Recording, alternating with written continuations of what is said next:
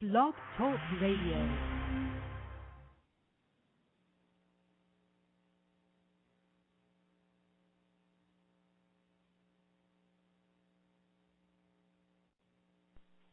Now, some very, very sketchy details reaching us here at Sky Centre. Important enough to bring to you, though, at this early stage. We believe that a plane has crashed into the World Trade Center in New York. That happened within the last few moments. No details at this stage as to what sort of plane it is. It could well be a large plane. We are hearing reports of a 737 not yet confirmed yet, although it is a jet. More as we have it from one eyewitness who was close to the scene when the accident happened. He said that a plane, he described it. We saw the side of the World Trade Center exploded into flames and black smoke. We're going to join another one of our New York affiliates, WABC, for their live coverage. Plane overhead, and then all of a sudden I thought it sounded kind of louder, but I looked up, and all of a sudden it smashed right dead into the center of the World Trade Center. Big flash of flame. Fire coming out from all over. Then the bricks is a huge hole right now. It almost looks like the plane probably went through. I'm not sure. Winston, can you see? Are you on the north side there where the plane made contact? Yes, I am. Now, when you say a huge hole, one of our earlier witnesses, Libby Clark, said not much of the plane came down off the building. Much of it went totally into the building. It's in the building, from what you can see. Right. Now, can you see if there's a lot of debris downstairs, Winston?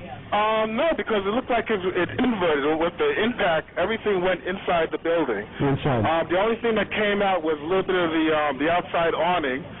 But I'd say the hole is, let me just get a better look right now.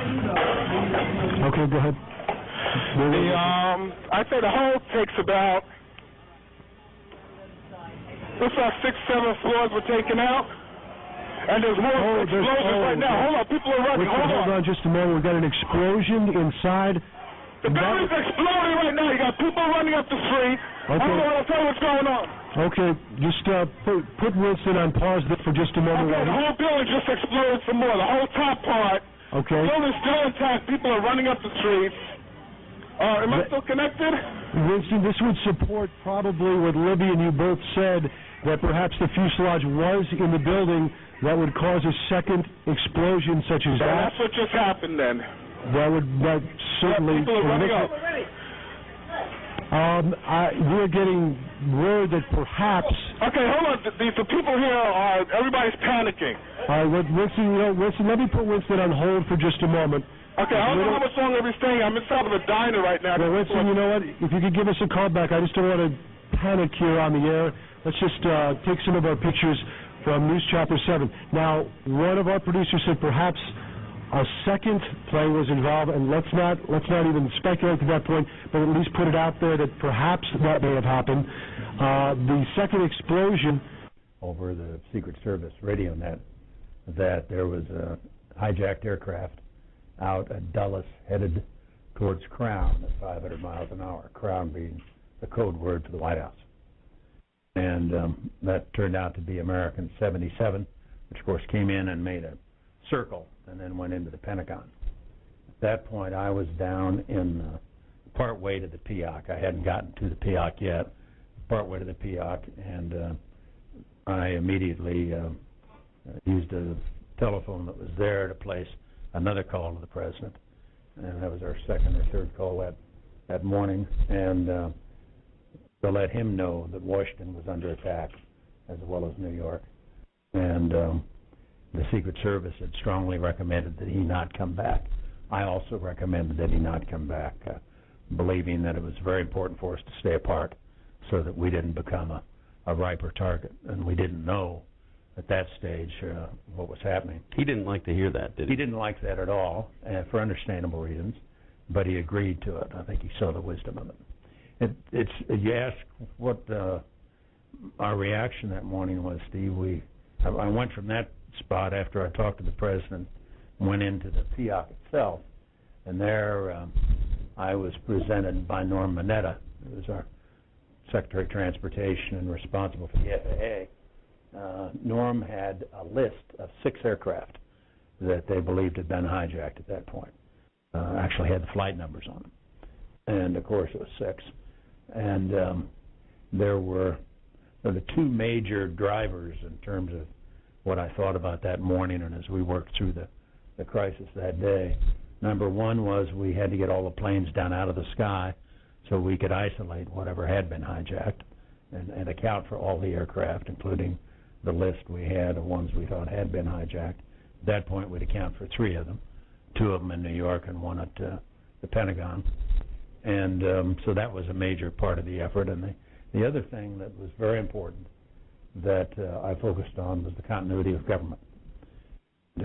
Some of you are probably familiar with, over the years, especially during the Cold War, we had developed programs and procedures for preserving the continuity of government in the event of an all-out global conflict with the Soviet Union. That was always a scenario, and we'd actually exercise that system on many occasions, and it focused on having ways, taking steps to ensure that somebody in the line of succession survived whatever kind of attack we were under, so that when the dust settled, we'd have a president and a government able to function.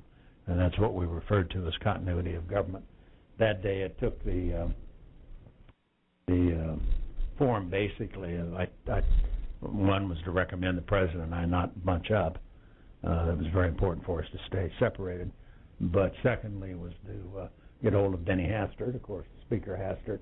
He was out at Andrews Air Force Base where his security detail had relocated him, and we arranged for him to be moved from there to a secure, undisclosed location because he was next in line to the presidency.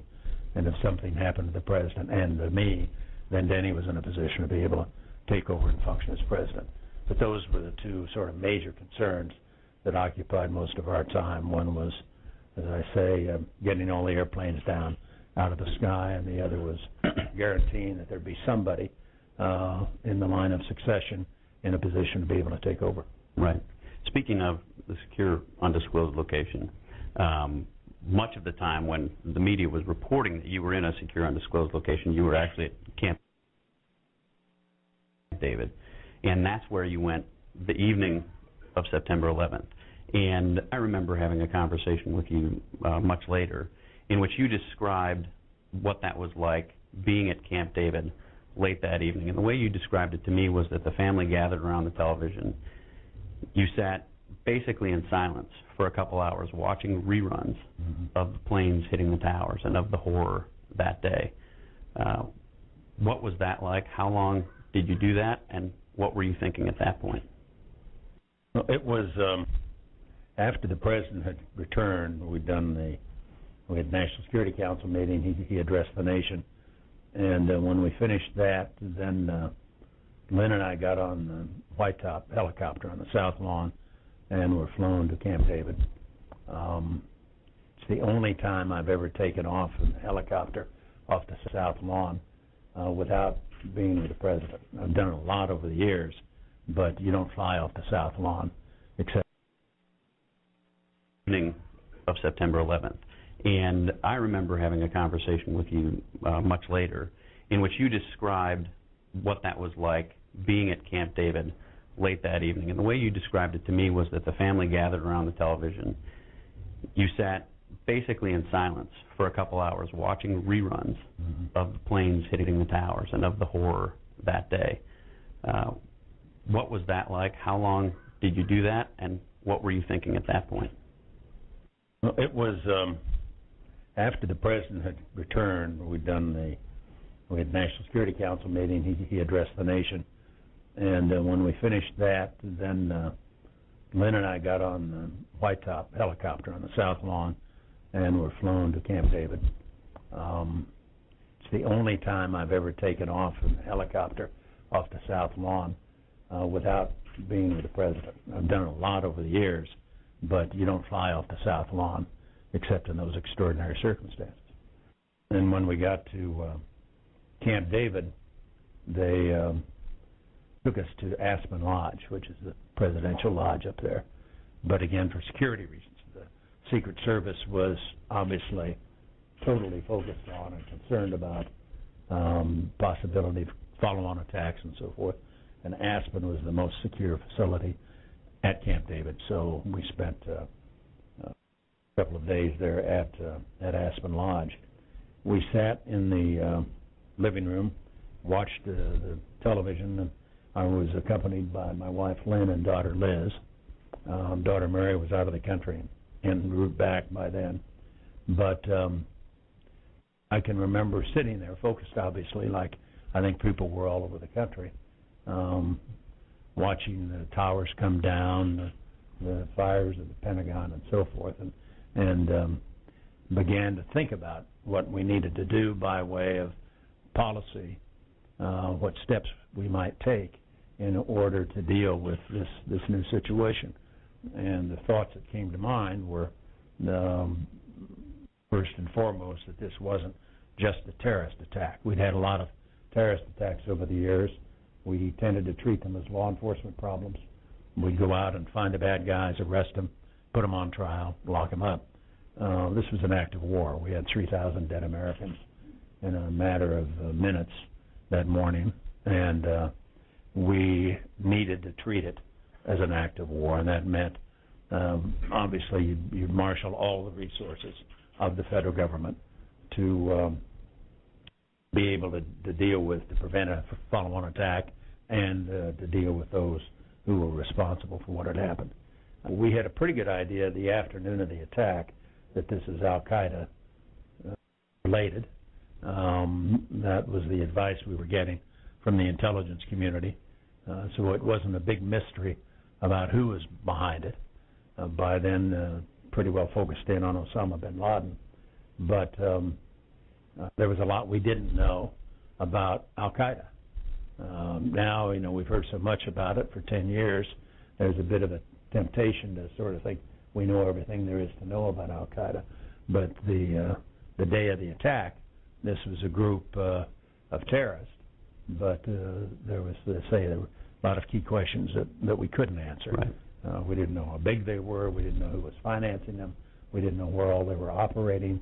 This is Boston Red for Boston Red on the World. Today our topic is America 10 years after 9/11. We explore the events of 9/11, starting with the actual occurrence, the planes hitting the Twin Towers. Then we will go to the recordings edited and summarized by Doc Holliday, the pride of Johnstown, PA. And finally, we will look at the objective evidence from, again, Doc Holliday. In the Mideast, the Egyptian embassy in Cairo was stormed. The Israeli delegation is now back in Tel Aviv. Fighting continues in Libya, and we'll have more of that on our normal Saturday program on Boston Red. This episode is written, directed, and produced by Doc Holloway. For Bill L.A. Graham, this is Boston Red. Good morning. There's a lot we need. This is Boston Red Live on the 10th day of September 2011. That's Doc Holliday, not Holloway. We now move on to the transcripts newly discovered.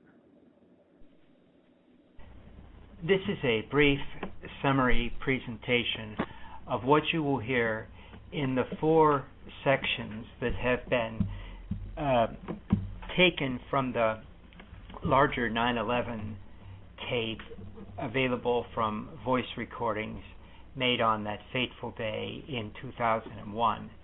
In the first section, we hear what is presumably an air traffic controller trying to make contact with American Flight 11 out of Boston, but he gets no reply. We can hear the tension increase in the voice of the traffic controller as he gets no reply from Flight 11. In the second section that you will hear, there is a section in which flight attendant Betty Ong, O-N-G, reports, tragically, stabbings of 2 other flight attendants on board Flight 11. I assume the stabbings are flight attendants. She calls them number 1 and number 5. She also reports that the cockpit is inaccessible and other very unpleasant facts about the flight that she is on. This is the flight that is said to have hit the North Tower of the World Trade Center, and this second audio recording portion of the larger tape is about 4 minutes long. In the third section, you will hear a lady named Nydia Gonzalez, who is with American Airlines. She is apparently monitoring the call by Betty Ong to the American Airlines reservation office. I don't know why Betty Ong was calling the reservation office, but apparently she was. Nydia is talking with someone at the American Airlines emergency office and is reporting what she knows from the content of the phone call from Betty Ong. During this call, Nydia is in telephone contact with Betty Ong, while Nydia is giving her report to the man at the American Airlines emergency office. However, we hear toward the very end of this section that Nydia suddenly loses phone contact with Betty Ong. And this section is about 4.5 minutes long. In the fourth section, you will hear a very eerie snippet of the larger tape or the larger audio file, in which we hear an air traffic controller trying to make contact with United Flight 93 out of Cleveland, Ohio. This is the flight that is said to have been taken down over Shanksville, Pennsylvania. There is no serious reply from Flight 93 when the controller asks that Flight 93 respond. But there does seem to be some reply, perhaps from Flight 93, but it consists of what seem like eerie screams or hysterical voices. Not only does the air traffic controller hear these odd screams or voices, but he asks other pilots, who we presume are listening to the communication with the air traffic controller, if they also heard the screams, and they reported that they did hear them. This is the most disturbing section, and it's about 1.5 minutes long.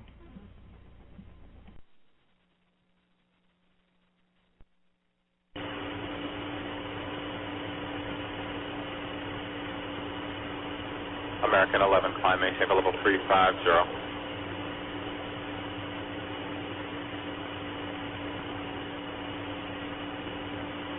American 11, Boston.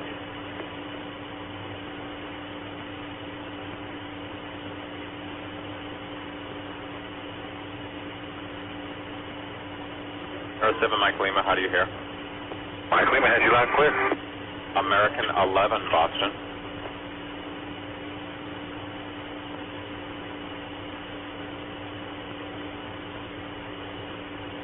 American 11, the American on the frequency, how do you hear me?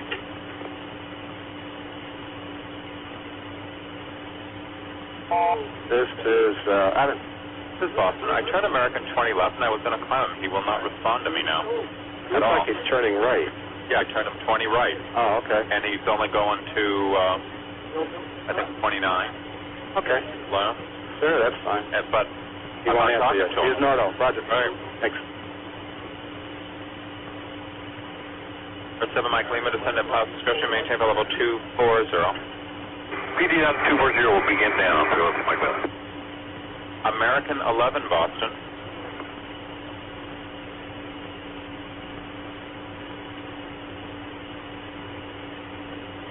American 11, if you hear Boston Center, ident.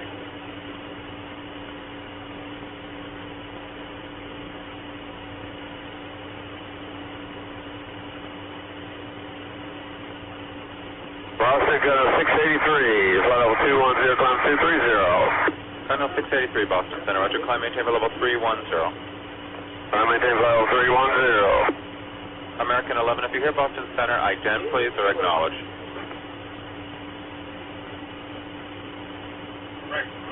American 11, if you hear Boston Center, recontact Boston Center on 127.82. That's American 11, 127.82. Number 3 in the back, the cockpit's not answering. Somebody's stabbed in business class.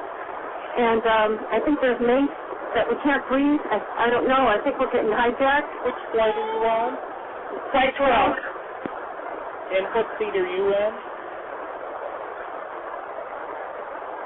Ma'am, are you there? Yes. What seat are you in? Ma'am, what seat are you in? We just left Boston. We're up in the air. We're supposed to go to L.A., and the cockpit's not answering their phone. Okay, but what seat are you sitting in? What's the number of your seat? Okay, I'm in my jump seat right now. Okay. At 3R. Okay, you're the flight attendant? I'm sorry, did you say you're the flight attendant? Hello? Yes, hello? What is your name? Hi. You're going to have to speak up. I can't hear you. Sure. What is your name? Okay, my name is Betty Ong. I'm number 3 on flight 11. Okay. And the cockpit is not answering their phone. And there's somebody stabbed in business class, and we can't breathe in business class. Somebody's got mace or something. Can you describe the person that you said someone is what in business class? I'm sitting in the back. Somebody's coming back from business. If you can hold on for 1 second, they're coming back.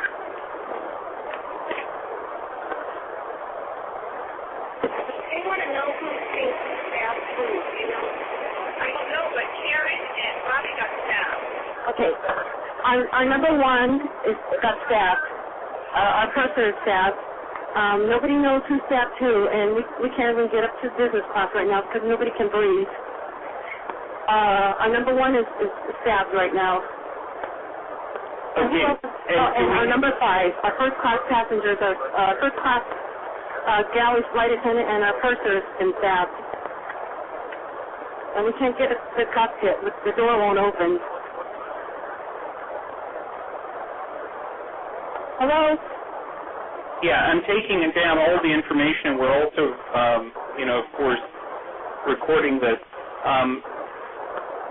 At this point... This is operations. What flight number are we talking about? Flight 12. Flight 12. Okay. We're on flight 11 right now. This is flight 11. It's flight 11. I'm sorry, Nydia. Boston to Los Angeles. Yes. Our number 1 has been stabbed, and our 5 has been stabbed.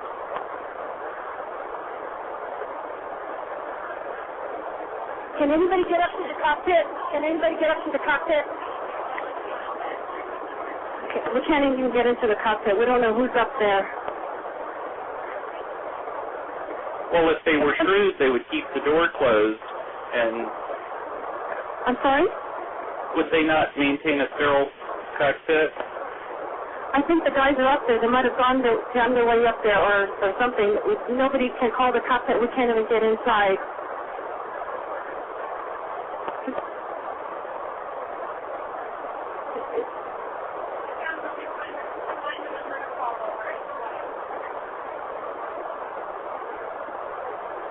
Is anybody still there? Yes, we're still here. Okay. I'm staying on the line as well. Okay. Hi, who is calling reservations? Is this one of the flight attendants, or who are you, hon? She gave her name as Betty Ong. Betty? Yeah, I'm number 3. I'm number 3 on this flight. You're the number 3 on the flight? Yes. And this is flight 11? From where to where? 11. Have you guys called anyone else? No. Somebody's calling medical, and we can't get a stop. We can't get a... American Airlines emergency line, please state your emergency. Hey, this is Nydia, American Airlines calling. I am monitoring a call in which Flight 11, the flight attendant is advising our reps that the pilot, everyone's been stabbed. Flight 11? Yep. They can't get into the cockpit is what I'm hearing. Okay, who's this I'm talking to? Excuse me, this is Nydia, American Airlines at the Raleigh Reservation Center. I'm the operations specialist on duty. I'm sorry, what was your name again? Nydia. Nydia. And what's your last name? Gonzalez, Gonzalez. All the reservations. Okay. Now, I've got the flight attendant on the line with one of our agents. Okay. And she's calling how? Through reservation. I can go in on the line and ask the flight attendant questions. Okay. I'm assuming they've declared an emergency. Let me get ATC on here. Stand by. Gotten any contact with anybody? Okay, I'm still on with security, okay, Betty? You're doing a great job. Just stay calm, okay? We are, absolutely. Okay, we're contacting the flight crew now. We're also contacting ATC. Okay. Anything else from this flight attendant? So far what I've got, the number 5 flight attendant's been stabbed, but she seems to be breathing. The number 1 seems to be stabbed pretty badly, and she's lying down on the floor. They don't know whether she's conscious or not. The other flight attendants are in the back, and that's as far as I know. It seems like the passengers in this coach might not be aware of what's going on right now. These 2 passengers were from first class? Okay, hold on. Hey, Betty? Do you know any information as far as the gentlemen that are in the cockpit with the pilots? Were they from first class? They were sitting in 2A and B.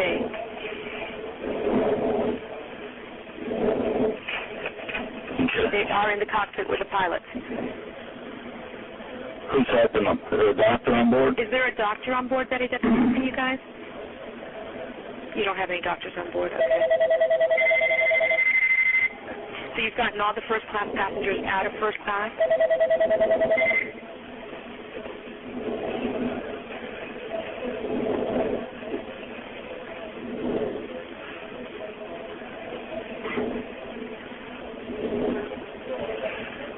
Are they taking everyone out of first class? Yeah, she's just saying that they're in coach. What's going on, honey? Okay, the aircraft is erratic again. Driving very erratically. She did say that all the first class passengers have been moved back to coach. So first class, the cabin is empty. What's going on your end, Craig? We contacted air traffic control. They are going to handle this as a confirmed hijacking. So they're moving all the traffic out of this aircraft's way. Okay. He turned his transponder off, so we don't have a definitive altitude for him. We're just going by, they seem to think that they have him on a primary radar. They seem to think that he is descending. Okay.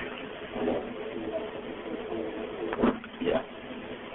Okay, Lydia? Yes, dear, I'm here. Okay. I have the dispatcher currently taking the current fuel on board. And we're going to run some profiles. Okay. To see exactly what his endurance is.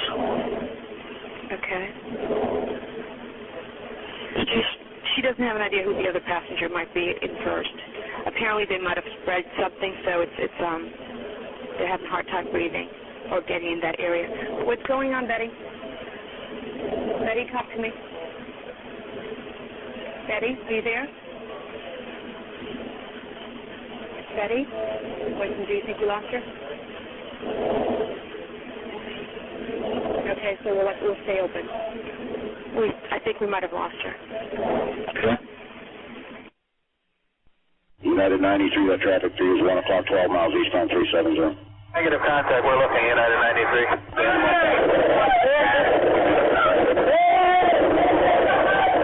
Somebody call Cleveland? United American 1060 with you, we're 370, we're slowing due to the delays possible going eastbound. That's American 1060.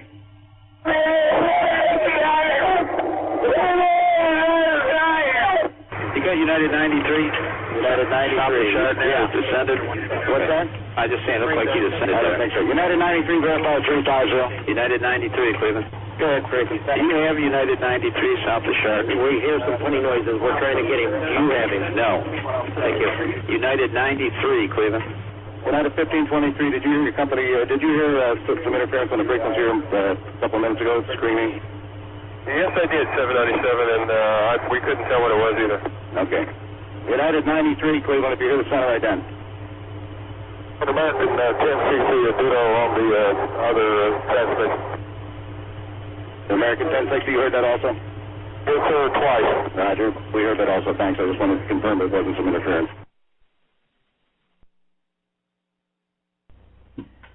Skeptical 9/11 researchers still ask questions. The official prevailing version of what happened on September 11th, 2001 is that the World Trade Towers in New York City were hit by passenger jetliners that had been taken over by young Arabian hijackers.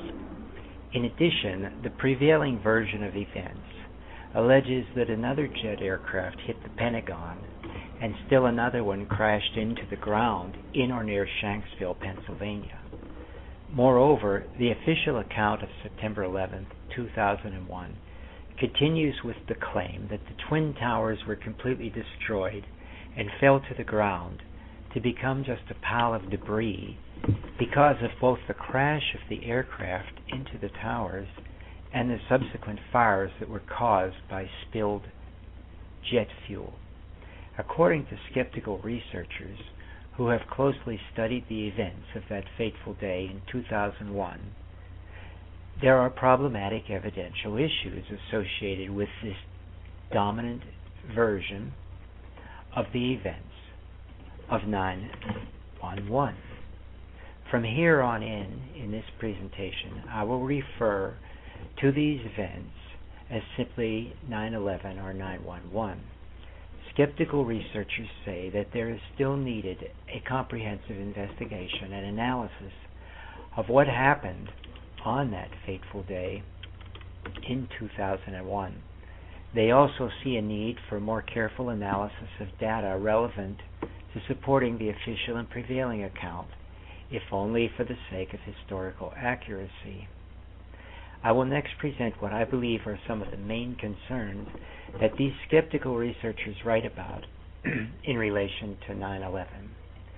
I will present in no special order some of the questions that the skeptics believe merit further investigation, so that more clarity about what did happen on 9/11 can be found. I'm going to present only general statements about these questions and associated issues, and thereby will avoid getting into precise details that might obscure the overall picture of the central concerns of the skeptical 9/11 researchers who continue to have questions about the official version of 9/11. So that we don't lose sight of the forest by attending too closely to the trees, the following information is presented, therefore, in general terms, while omitting many exact details. Hopefully, we will more clearly see just the forest of remaining skepticism among 9/11 researchers, and thereby not get lost in so many details about the trees. Well, there is the question of the Twin Towers in New York City having fallen at what was essentially free fall speed, falling at approximately the speed of gravity. That would not be possible without the buildings having been demolished by explosives. But if explosives were used to take down the Twin Towers, when were they installed? It takes a long time to install explosives. This is perhaps the major concern of all skeptics of the official story of 9/11. There is also the question having to do with the names of the alleged Arabian hijackers.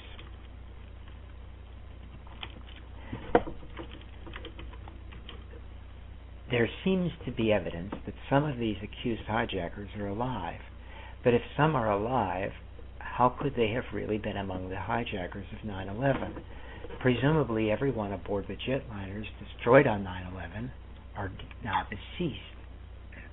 There is the question having to do with aircraft flying at low altitude before crashing into the towers in New York City. Aircraft cannot travel as fast as the planes on 9/11 were traveling at such a low altitude without the planes shaking and essentially falling apart. So what were we really seeing on TV when we supposedly saw intact planes flying into the buildings? Well, how could a jet aircraft fly into a concrete and steel building with the ease of a butter knife cutting through soft butter? This is perhaps the most hotly debated and most controversial issue that skeptical 9/11 researchers hold quite different opinions about. This is the question of whether aircraft indeed did crash into the Twin Towers in New York City, or whether some kind of special effects video production had been involved. There is the question of how fires from the fuel of jet aircraft could have caused enough heat to cause steel frame buildings such as the Twin Towers to collapse. Aircraft fuel could not burn that hot, and the fires did not last long. Another question to be answered, say the skeptics, has to do with the fall of another World Trade Center building, Building 7, which also was apparently demolished on the afternoon of September 11, 2001. Even the owner of the building acknowledged it was demolished. His words were that they decided to, quote, pull, close quote, the building. Quote, pull, close quote, presumably means demolish in the jargon of the building demolition profession. But, ask the skeptics, doesn't it take a lot of preparation to install explosive materials used in a building demolition? How could the explosives have been installed on the same day the building's demolition? And they ask, is there a convincing explanation of why Building 7 was demolished on 9/11? Strangely, a reporter was standing in front of Building 7, giving a report of its collapse, without realizing the building had not yet been demolished when the news report was begun. Skeptical researchers ask, how was this possible? More questions follow. The aircraft that was supposedly taken down over Shanksville, Pennsylvania, was reported to have passengers aboard who were communicating with family or with others by means of cell phones. The question skeptical researchers ask about this is as follows.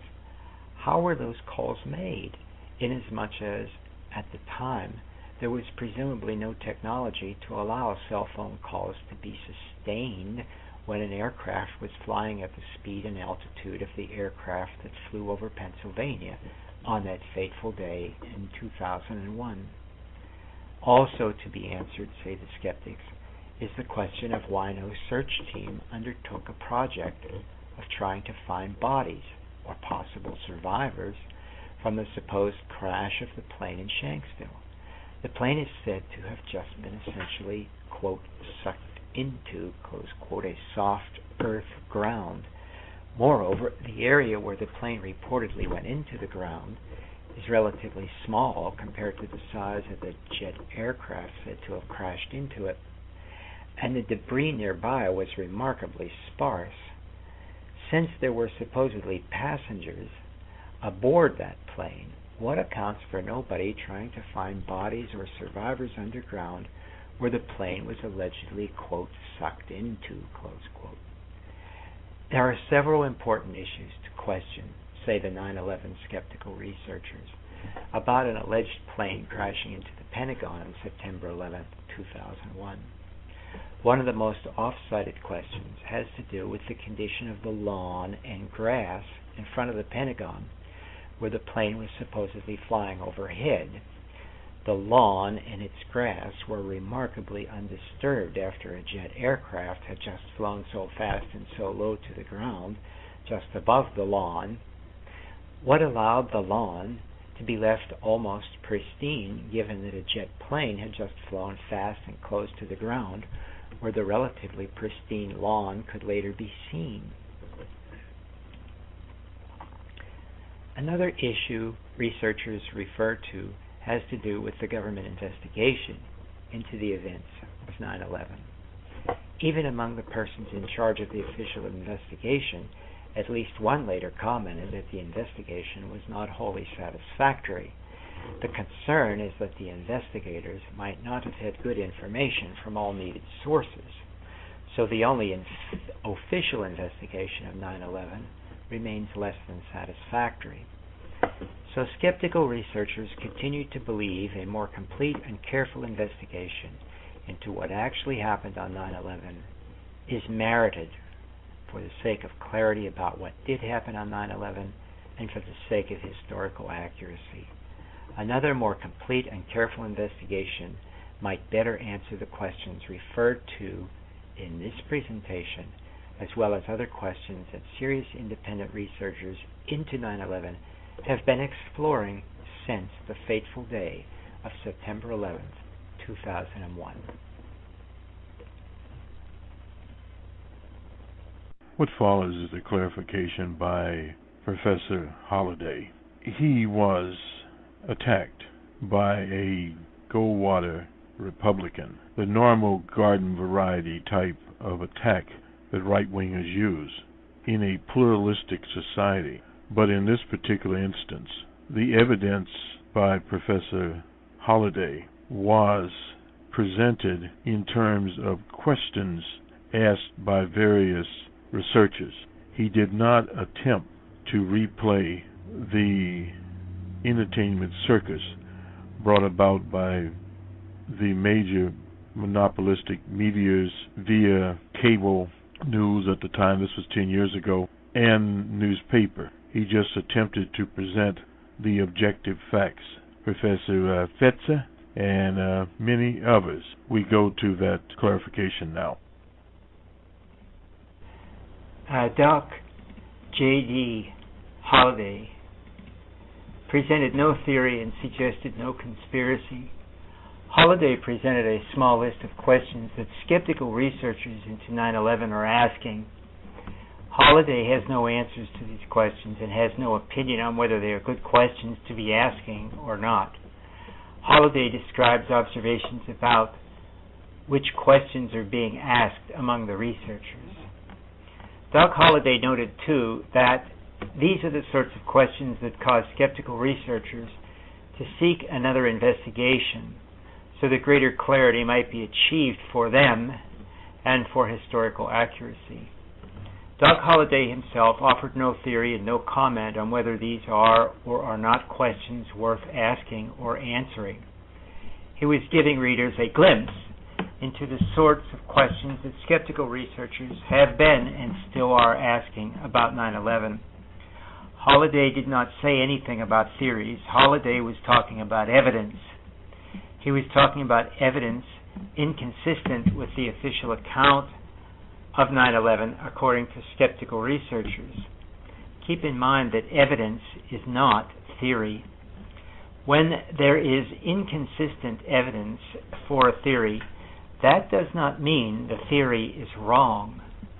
Inconsistent evidence only causes skepticism among some persons about a theory based on the evidence being questioned.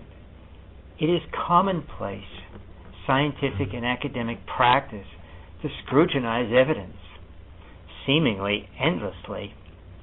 That's what researchers do: examine, analyze, scrutinize evidence, and often find inconsistencies here and there, and then ask what all this study of evidence does to the theories that use the evidence. With more study and investigation of inconsistent evidence, it may turn out that what looked like inconsistent evidence wasn't really inconsistent after all. That's how it works in science and in other serious research endeavors. So questions about evidence is proof of nothing. Questions about evidence are just questions about evidence. Such questions about evidence do not prove any theory nor disprove any theory. And evidence inconsistent with, say, theory X is not proof that theory X is wrong. Evidence inconsistent with theory X means either, one, that the evidence is not really inconsistent, or is just bad evidence, bad meaning irrelevant or unreliable, or two, that theory X may need modified. So evidence inconsistent with theory X means either that the evidence is not really inconsistent or that theory X may need modified. One or two. Let's consider one. If someone thinks the questions raised by skeptics about 9/11 are not really inconsistent with the official theory, then the person is saying that the evidence of the skeptics is bad or badly interpreted or just plain mistaken. This is how some people respond to the evidence that skeptics present about 9/11. It is a logical way to respond to any questioning of evidence about anything. It's a fair debating practice as well. Well, let's look at the possibility that the theory may need modified. If a theory needs modified, that is not the same as saying the theory